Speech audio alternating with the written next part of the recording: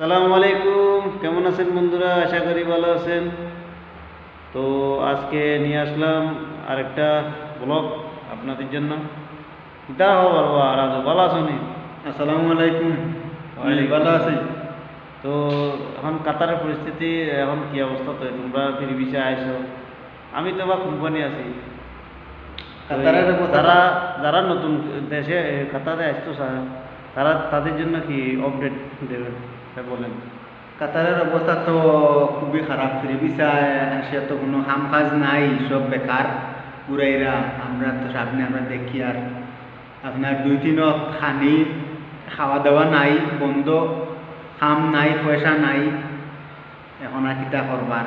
সৌর যদি আত্মীয় থাকে তে আপনারা আইবা, আইলে ফুয়েল পাইবা। যার কেউ নাই এই আসার কোনো দরকার নাই, কারণ কোম্পানির ভিসা পাইলে আসবা না। ফ্রি ভিসায় কোনো ফায়দা কোম্পানি নাই, ভিসা তো এখন কাম বন্ধ। নাই। কোম্পানির ভিসা বন্ধ, ইনশাল্লাহ আগামীতে খুলে যদি আপনারা আইবা।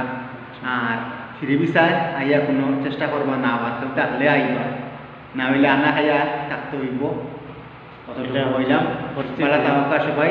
আসসালামু আলাইকুম। তো শুনলেন তো আপনারা, তো এই আসার সময় দেখে শুনে আসবেন সবাই। আমরা কোম্পানি, তো উনি বাইরের লোক, তো আমরা কোম্পানিতে আপাতত কাজ করতেছে। ইনশাল্লাহ ওনার পরিস্থিতি এখন ভালো।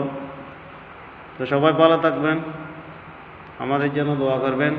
আসসালামু আলাইকুম।